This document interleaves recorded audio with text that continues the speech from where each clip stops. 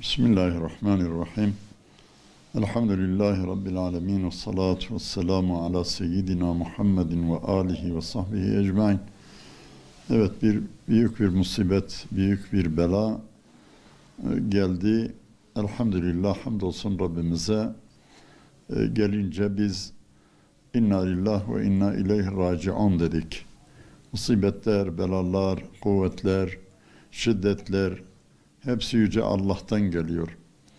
Bunları telafi etmek için bir tarafta hükümetlerin veyahut mesela genel halkın bir tedbiri vardır. Yani halk üzerine tedbir koyacaklar. Ha yapımda, ha acele yapımda, dışarıda kalmamakta. Fakat Müslümanların üzerinde de genel olarak onlar hem o vazifeyi yaparlar, diğer taraftan da Müslümanlar tövbe, istiğfar, sadaka, hayır işleri yaparlar.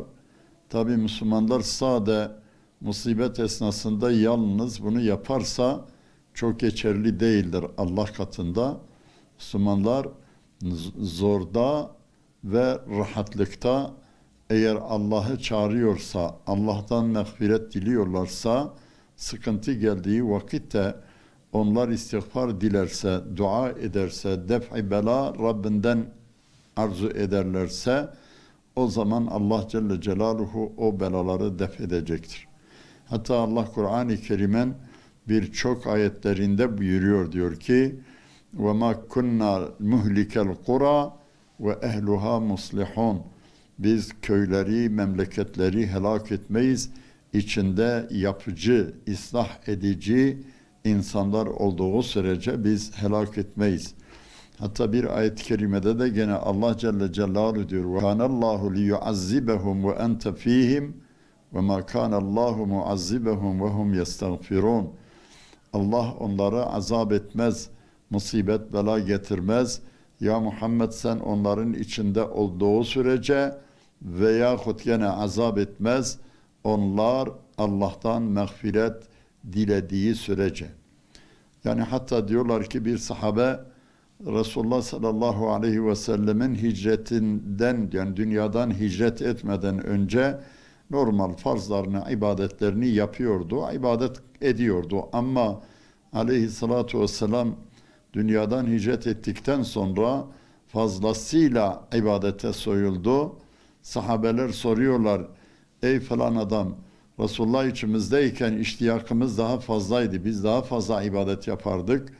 Yani ama sen ise o zaman çok değil de şu anda çok yapıyorsun. Diyor ki, iki tane eman vardı bizim helak olmamamız için. Biri Resulullah'ın içimizde olması, diğeri biz istiğfar etmesi, ibadet etmesi.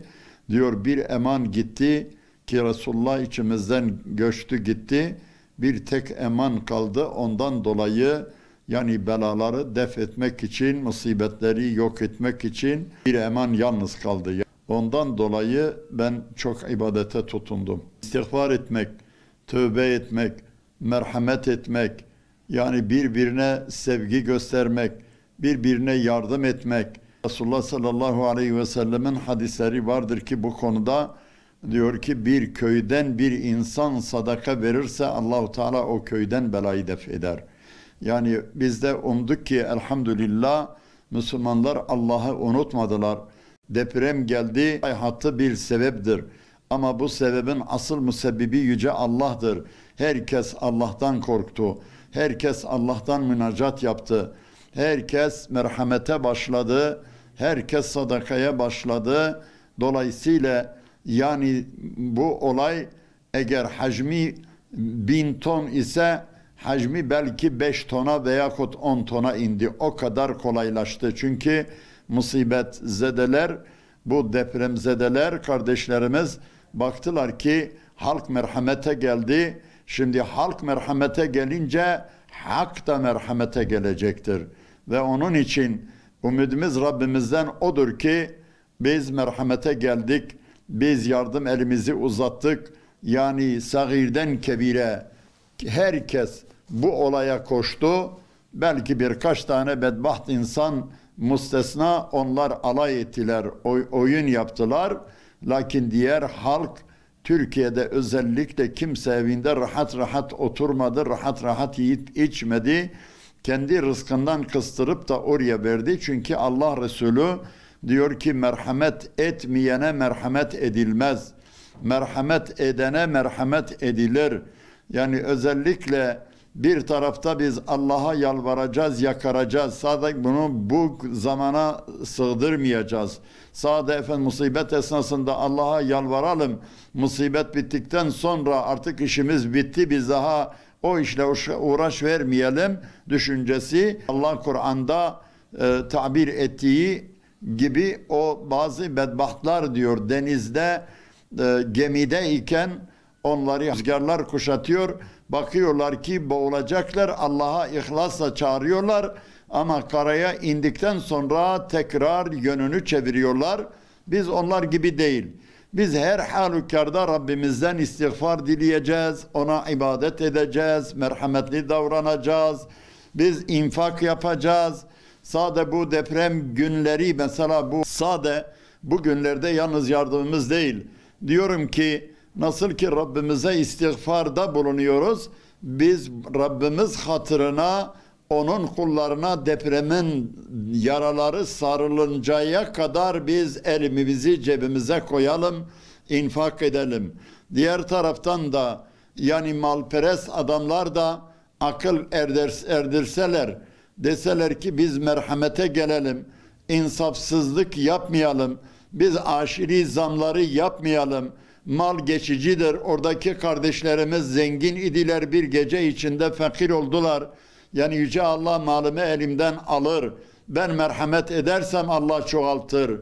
Çünkü Allah Kur'an-ı Kerim'de diyor ki kim Allah'a şükrederse ben ona varlığını çoğaltacağım. Evet. Onun için Allah Celle Celaluhu bizlere izan iman versin ki depremler Allah'tan geldi. Musibetleri gene bertaraf eden, kaldıran Yüce Allah'tır. Allah yeryüzünü sakin eylesin. Sekinetini toprağın üzerine, yerin üzerine koysun. Artık tekrar depremleri görmeyelim. Bu musibetzede kardeşlerimizden bize Allah'tan rahmet dileyelim ve onlara yardım edelim, merhametli davranalım.